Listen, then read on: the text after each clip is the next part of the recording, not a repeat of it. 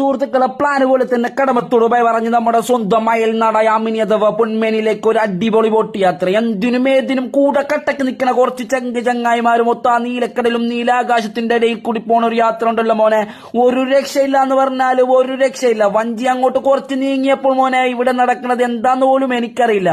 പിന്നെ അങ്ങോട്ട് സീന് വേറെ ആയിരുന്നു മോനെ, കൊട്ടും മുട്ടും പാട്ടും.